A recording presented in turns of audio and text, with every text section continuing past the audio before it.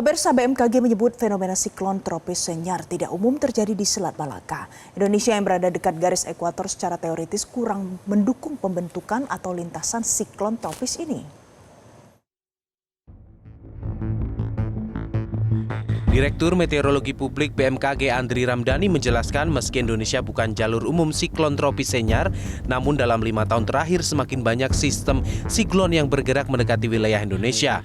Kondisi ini memicu dampak signifikan, termasuk yang terjadi pada siklon tropis Senyar. BMKG menilai anomali iklim global dan dinamika atmosfer regional meningkatkan peluang terbentuknya sistem tekanan rendah yang kemudian berevolusi menjadi siklon tropis. Dampaknya tidak hanya hujan lebat dan angin kencang, namun juga potensi banjir, banjir pesisir, longsor, serta gangguan transportasi darat dan laut. Dalam sepekan terakhir, Aceh, Sumatera Utara, dan Sumatera Barat dilanda hujan setiap hari, memicu banjir bandang dan longsor di sejumlah kabupaten dan kota. BMKG menegaskan pemerintah daerah harus aktif memonitor kondisi cuaca dan menyiapkan mitigasi berbasis resiko. BMKG juga mengingatkan nelayan dan operator pelayaran untuk memperhatikan informasi gelombang tinggi agar dapat menghindari area berisiko. Pemantauan dilakukan secara intensif dan pembaruan informasi disampaikan melalui kanal resmi untuk memperkuat peringatan dini. Tim Liputan Metro TV. Pemirsa, BMKG kembali mengeluarkan peringatan dini terkait potensi dampak badai siklon Senyar yang diprediksi bisa memicu cuaca ekstrim di sejumlah wilayah di Indonesia. Kami akan hadirkan ulasannya untuk Anda pagi ini. Pemirsa, sudah tersambung melalui Zoom ada Direktur Meteorologi Publik BMKG Andri Ramdhani, dan juga hadir di studio bersama saya ada jurnalis senior dan juga pemerhati manajemen bencana di Metro TV ada Mas Pri Hadi. Selamat pagi Mas Pri. Selamat pagi Val. Dan selamat pagi Pak Andri. Selamat pagi Pak Valen dan Mas Prihadi Metro TV. Selamat pagi. Baik. Oke, kita akan bahas soal ini pagi ini. Saya mau ke Pak Andri terlebih dahulu. Pak Andri, jadi dengan adanya siklon Senyar ini, jadi bagaimana potensi yang bisa terjadi untuk kaitannya dengan bencana alam di Pulau Sumatera dengan badai siklon Senyar ini, Pak? Baik, sesuai dengan rilis yang sudah kami sampaikan ya, bahkan sebelum terbentuknya siklon Senyar tersebut, apa yang terjadi ya? Jadi apa yang terjadi, cuaca signifikan, cuaca ekstrim di Pulau Sumatera ini dipicu oleh siklon tropis Senyar ya, dan juga diperkuat oleh beberapa aktivitas ataupun dinamika atmosfer lainnya seperti Rossby, ekuator, Kelvin Wave, dan juga kondisi monsun yang mulai aktif, serta indeks dipol mode di barat Sumatera itu juga sedang negatif, dan ini kombinasi tersebut memicu pembentukan awan hujan yang berintensitas tinggi dan terjadi berhari-hari, dan akibatnya hujan dengan intensitas sangat lebat bahkan ekstrim terjadi di 3 provinsi, mengakibatkan masifnya bencana hidrometeorologi yang terjadi di 3 provinsi tersebut, Mbak Valen. Pak Andri, ini perkiraan dari BMKG durasinya terjadi sampai kapan, Pak? Untuk saat ini pantauan kami ya, sebenarnya si TC siklon atau tropical cyclone Senyar ini sudah kategorinya sudah bukan tropical cyclone lagi, tapi sudah menurun intensitasnya sejak 2 hari yang lalu. Tanggal 27-28 sudah meluru menjadi low pressure area dan gerakannya menjauh dari wilayah Indonesia, menyeberang Selat Malaka, lalu masuk ke wilayah daratan semenanjung Malaysia, dan saat ini berada di Laut China Selatan. Jadi efeknya sudah mulai melandai karena sudah menjauhi wilayah Indonesia. Artinya 3 hari ke depan cuaca secara umum di 3 provinsi cukup kondusif, walaupun terjadi hujan mungkin tidak akan se ekstrim beberapa hari sebelumnya.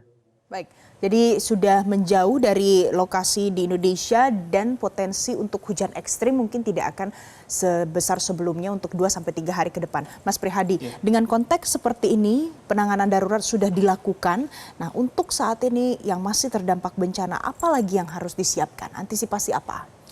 Yang jelas ketika kemudian 3 gubernur di pemerintah Provinsi Sumatera Utara, kemudian juga Sumatera Barat dan Aceh sudah menetapkan status tanggap darurat, maka yang paling difokuskan kerjanya itu adalah tetap melakukan evakuasi, pencarian warga-warga yang terisolasi. Kita tahu bersama bahwa tadi Joy Jones mengatakan bahwa ada sejumlah wilayah yang masih terputus, longsor segala macam. Itu adalah hal-hal prioritas yang harus dilakukan pada saat paling tidak dalam waktu 3 hari ke depan.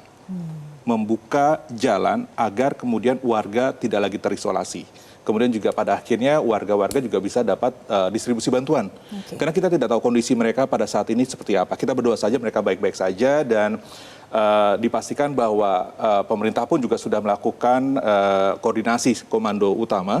Presiden juga sudah melakukan hal-hal yang amat sangat responsif dan memberikan bantuan bahkan untuk bantuan udara pun juga sudah, karena melihat kondisi darat amat sangat sulit diakses seperti itu. Itu sebenarnya hal-hal yang harus dilakukan utamanya seperti saat ini. Tadi Anda sempat sebutkan soal koordinasi. BMKG juga beberapa kali menyampaikan bagaimana potensi cuaca dan itu potensinya sudah disampaikan jauh sebelumnya. Nah, sebenarnya untuk kondisi saat ini, bagaimana harusnya koordinasi itu dilakukan pada saat BMKG mengeluarkan peringatan, pemerintah daerah menyambutnya? Kalau dalam kondisi normal dalam kondisi normal terkait dengan early warning system, ini bisa digunakan sebagai alarm sebenarnya. Yang bisa diberikan BMKG sebagai penyedia data, analis ilmiah terkait dengan kecuacaan meteorologi. Nah, pemerintah daerah itu sebagai komando lapangan. Masyarakat kemudian menerima, menerjemahkan, dan mengimplementasikannya. Itu dalam kondisi normal. Saat ini kan kita berhadapan dengan kondisi yang tidak normal. Siklon Senyar pun juga, correct me if I'm wrong ya Pak Andri, bahwa ini juga kondisi yang tidak normal gitu kan. Dan selain karena faktor atmosferik, hal-hal lainnya ini kan yang kemudian membuat situasi di 3 provinsi ini tidak normal seperti itu. Itu yang memang mesti harus diantisipasi bukan pada saat ini, tapi pada saat sebelum siklon Senyar ini terjadi. Jadi ada hal-hal lain, jadi tidak hanya semata soal faktor cuaca dan siklon Senyar saja. Kita akan tanya ke Pak Andri. Pak Andri, jadi sejauh ini pada saat BMKG sudah memberikan peringatan dini untuk 3 wilayah yang ada di Sumatera ini, bagaimana tanggapnya Pak? Baik, mungkin saya kembali ke konsep rantai peringatan dini ya. Konteksnya peringatan dini cuaca ekstrim. BMKG ini ada di posisi hulu, mendeteksi hazard atau fenomena yang akan terjadi. Contoh misalkan TC siklon Senyar ini atau tropical cyclone Senyar ini. Sebenarnya BMKG sudah mendeteksi bahkan mulai tanggal 21 November. Adanya potensi mulai siklon Senyar itu mulai pada fase sistem tekanan rendah, kemudian bibit siklon, hingga terbentuknya siklon menjadi senyar. Nah, di sisi hulu BMKG sudah menyampaikan dan BMKG Provinsi Sumatera Utara, Sumatera Barat maupun Aceh sudah juga menyampaikan ke pemerintah daerah dan juga stakeholder terkait ya dalam konteks bagaimana melakukan langkah-langkah mitigasi. Nah, kembali lagi mungkin ke depan adalah bagaimana kita dapat tentunya memetakan resiko bencana ataupun resiko bahaya yang disebabkan oleh tadi fenomena hajat yang sudah dikeluarkan oleh BMKG dari sisi hulu ya. Nanti mungkin kita perlu optimalkan kembali wilayah-wilayah mana yang akan berpotensi terdampak dilihat dari topografi maupun lingkungan yang mendukung untuk terjadinya bencana tersebut. Jadi konteksnya adalah dalam rantai peringatan dini mulai dari hulu dan di sisi hilir, pemetaan risiko bencana mungkin ke depan perlu dioptimalkan kembali dan disinkronkan, dan tentu perlu penguatan sinergitas antara kementerian lembaga dan juga pemerintah daerah setempat yang di lapangan ya untuk melakukan respon dan aksi dini begitu. Jadi kita sudah bicara soal early warning system yang ada di negeri ini, apalagi untuk penanganan darurat bencana. Kita akan bahas nanti. Jadi sebenarnya seberapa besar dampak yang mungkin saja terjadi dari siklon Senyar ini, karena kita akan bahas soal faktor-faktor lain pemirsa. Tapi kita jeda terlebih dahulu, tetaplah bersama kami. Jelajahi cara baru mendapatkan informasi. Download Metro TV Extend sekarang.